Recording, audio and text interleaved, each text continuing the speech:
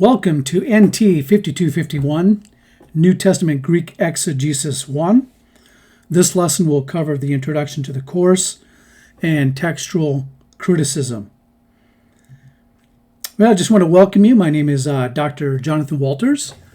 I received my PhD from Trinity just last year in 2020. Just finished up my dissertation in verbal aspect and discourse analysis of 1 John and epistolary material.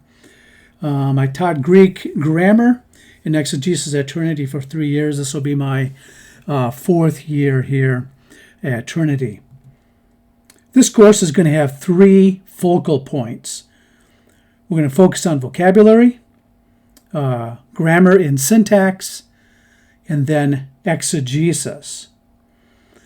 Now, vocabulary, you need to work on vocabulary because vocabulary covers a multitude of sins, according to Dr. Constantine Campbell. So the more vocabulary you know, the more you can get away with, the more you'll understand what's going on, and you'll be able to figure things out, even if you can't remember all the technical stuff. In this course, we're going to memorize words that occur 25 times or more in the Greek New Testament.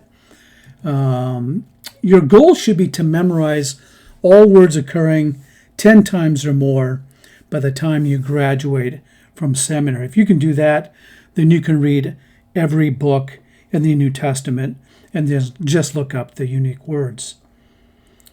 Now, there are some helps out there.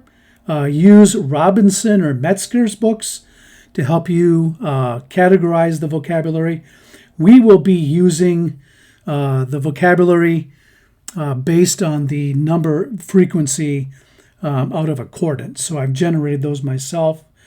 You can also use my videos where I have some mnemonic devices just help you to attach the definitions of the word to the word itself quickly and easily.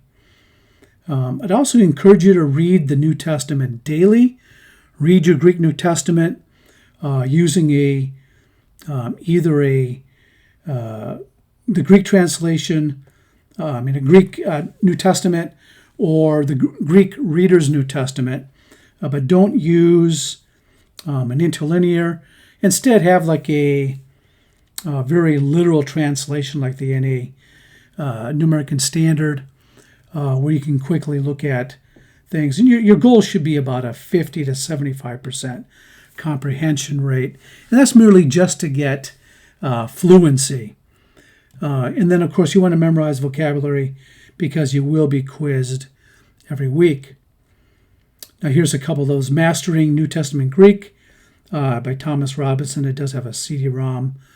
And the classic Bruce Metzger's Lexical Aids for Students of the Greek New Testament. You can also look at my vocabulary videos, and that will help you memorize those words. And there's some good tools. The Reader's Greek New Testament. Zondervan has one, and I think the United Bible Society has one as well. Basically, it's the Greek text, and then on the bottom are vocabulary words that occur, I think, 30 times or less. So you should know most of the vocabulary words in the text. Those that are a little more unique, you can just quickly look down at the bottom and you can see a gloss for that word. That's probably your best way to go. I think the UBS is the best format. Zondervan's 3rd edition is probably better than the first or the second. The second thing we're going to cover in this course is grammar and syntax. And I can't emphasize enough that you need to keep on reviewing your paradigms. Review them, and review them until you have those paradigms down cold. Review basic grammar concepts. Make sure you understand what a subject is, what a verb is, what a direct object is, what an indirect object is, different types of clauses and phrases. Make sure that you have all of that information down. And then there are some tools that can help you to review. I've made available cheat sheets. These are paradigm sheets that you can use. Have those laminated so that you can quickly look up unfamiliar forms, some quick helps to the 4-quadrant charts. Definitely make sure you know your principal parts. This is a great basic principal parts chart. Understand your participles chart, being able to look at a participle and go through the flow chart and figure out how that participle is being used.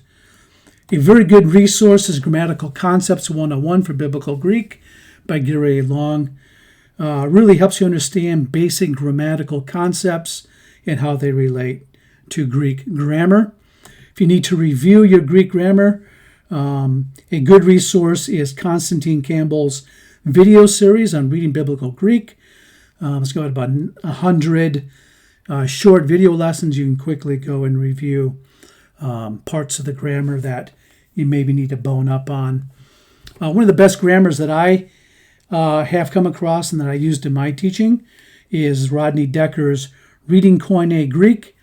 And of course, his Koine Greek reader really gets you into the text and understanding how to use your knowledge of Greek to glean deeper understanding from the text.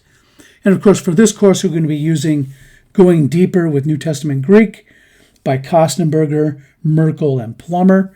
And of course, you might want to pick up the laminated chart. It's a six panel chart that will help you quickly to access all of the information in the book that we're going to be studying. You might be asking yourself, why bother mastering Greek? Well, first of all, if you don't master New Testament Greek, you're not going to use it in your ministry. Ministry, you get very busy. You're going to be pressed for time. You can be torn in 100 different directions. And if you don't have your Greek down cold by the time you leave seminary, I guarantee you, you will not use it in ministry. If you don't use your New Testament Greek, you don't master it, you're going to really miss out on all the nuances of the text. You're going to miss out on some of the really good gems in the meat that's really going to bring the text alive for you and your congregation. If you don't master New Testament Greek, you're not going to be able to do advanced study. There are a lot of things that you can do with the Greek text that you cannot do with an English translation, and you'll really miss out on some of the more advanced study methods. And if you do not master the basics of Greek grammar, you will struggle through this course, and of course you will struggle through your ministry if you do not master Greek exegesis and grammar. That brings us to our third topic, is exegesis. In this class, we're going to focus on how to interpret the Greek New Testament. Exegesis goes beyond grammar and syntax to study the text argument and how it makes that argument. So mastering Greek exegesis will really help you get into the meat of the text. A definition of Greek exegesis comes from the verb exegeomai, which means to explain, to order, interpret, exposit. The interpreter basically leads out the meaning of the text. Ex out, hegeomai, to lead out the meaning of the text. Now, exegesis has two main senses. It's the product of the study of a text, and it's also the process of the study of the text. Exegesis is both a science and an art.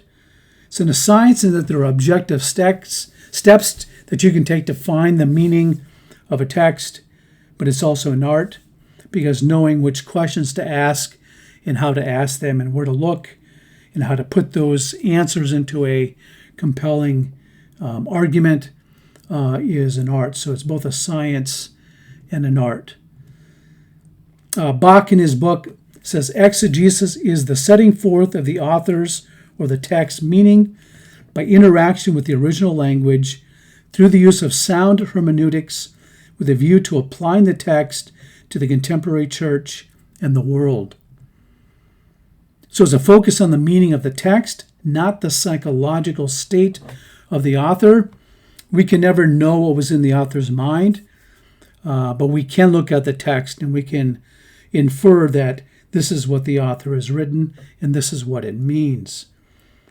It's going to work with the text original language, not with an English translation. It's also going to use carefully thought out judgments to determine what the meaning of the text is.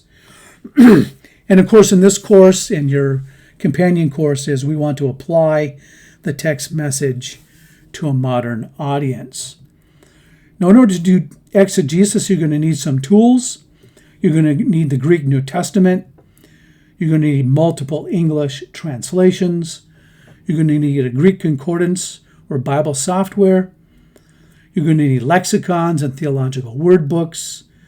You're going to need background in historical cultural studies. And you're going to need technical commentaries. Now, for here at TEDS, we recommend that you use the Nestle Aland 28th version. It's the newest edition. It's also the scholarly edition. There's also the UBS 5, the United Bible Society's 5. Basically, they have the same text, though the NA28 has more variant readings in its apparatus, whereas the UBS 5 has fewer variants, but they have the more relevant variants and they give more evidence. Now, there are some good concordances out there. There's the Englishman's Greek Concordance of the New Testament. There's also a concordance to the Septuagint by Hatch and Redpath. There's also a Greek-English lexicon of the Septuagint by Maroka. And there's also a Greek-English lexicon of the Septuagint by Lust, Inical, and Houseby. For the New Testament, you can also use Bible software. Accordance is the best Bible software for technical searches.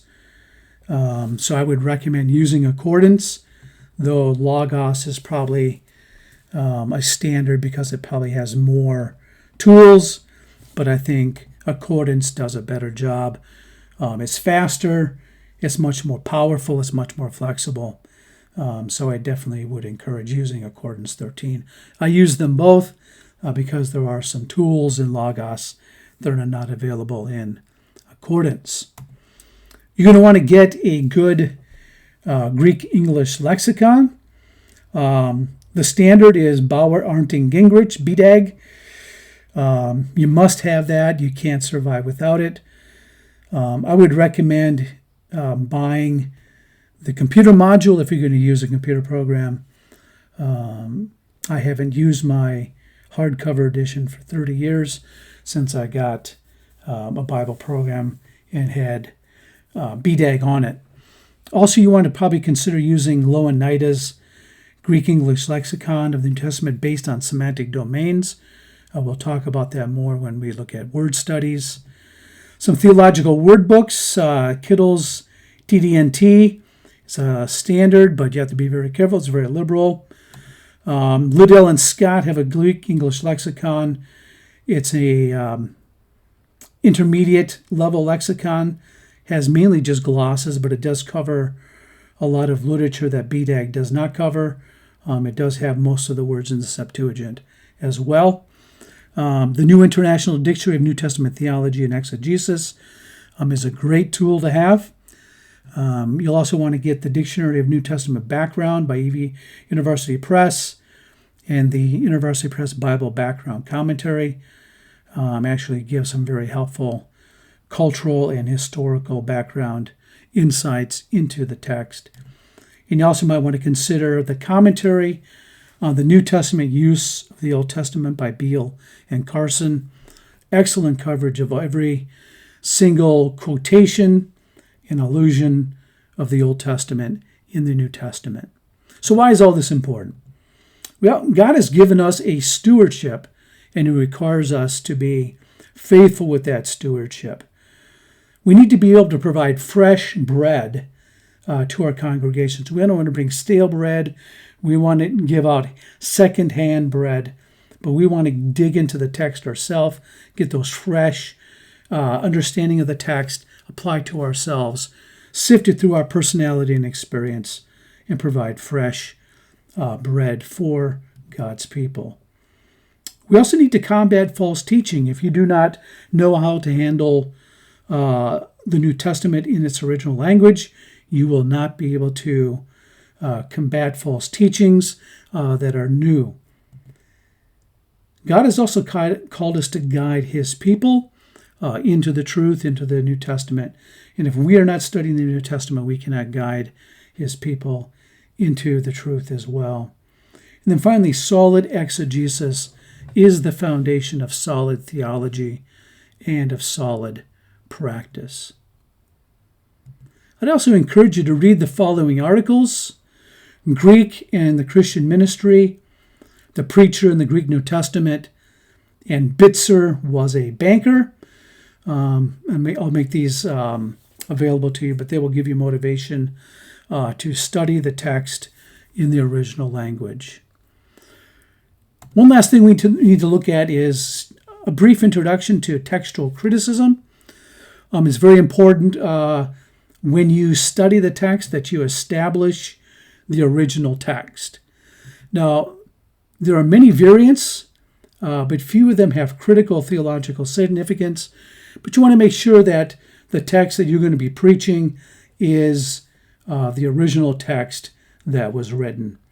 And we're going to use both external and internal criteria to establish that original text. Now, the external criteria, first of all, you want to favor the older manuscripts. The closer you can get to the original manuscript, the more likely that manuscript is going to have the original reading. You want to favor the reading that is supported by the majority of manuscripts. So the more readings, probably the better that reading is. And of course, you want to favor the reading that best attested by manuscript families. So looking through which families are the most reliable, which would have the most support of the most families.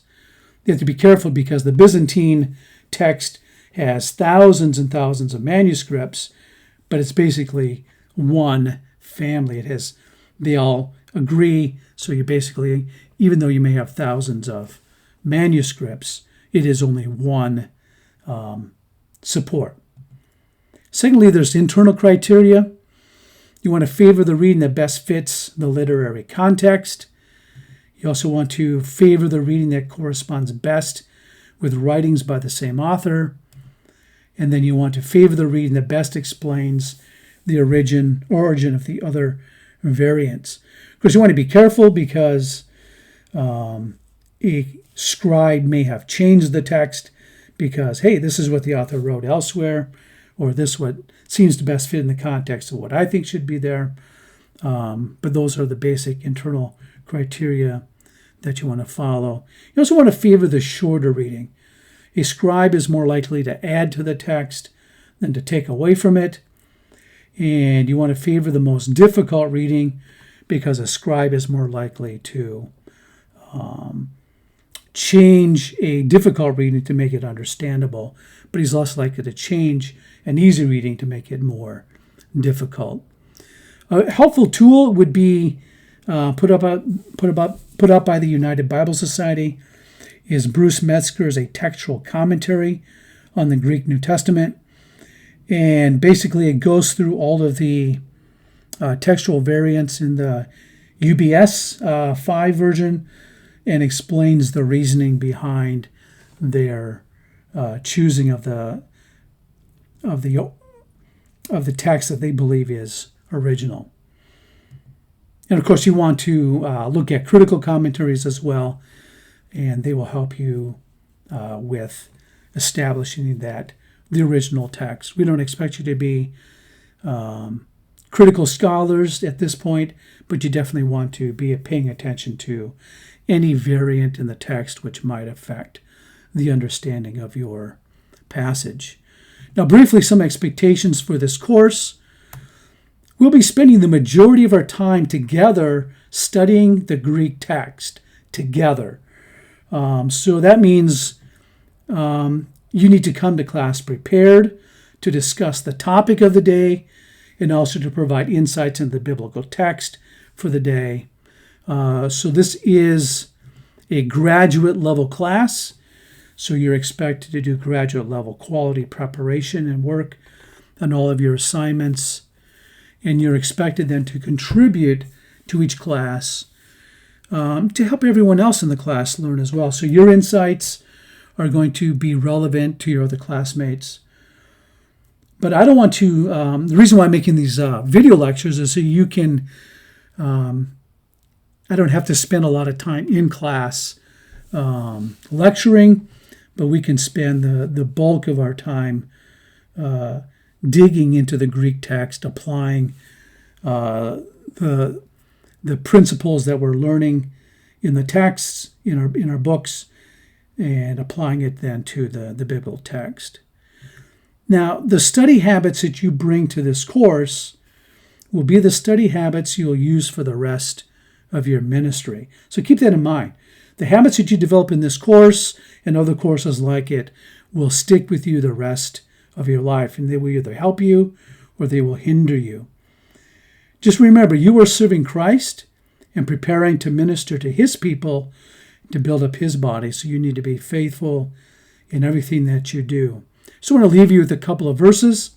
First of all, Luke 16:10.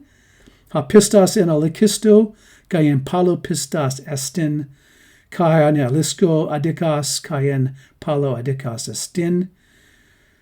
The one who is faithful in a very little is also faithful in very much, and the one who is dishonest in a very little is also dishonest in much. Then Luke 19:17. Kai en ipanauto, euge agathe dule, hatien alisko pistas agenem, isti exosian echon epanodeka paleon. And he said to him, Well done, good servant, because you have been faithful in very little, you shall have authority over 10 cities.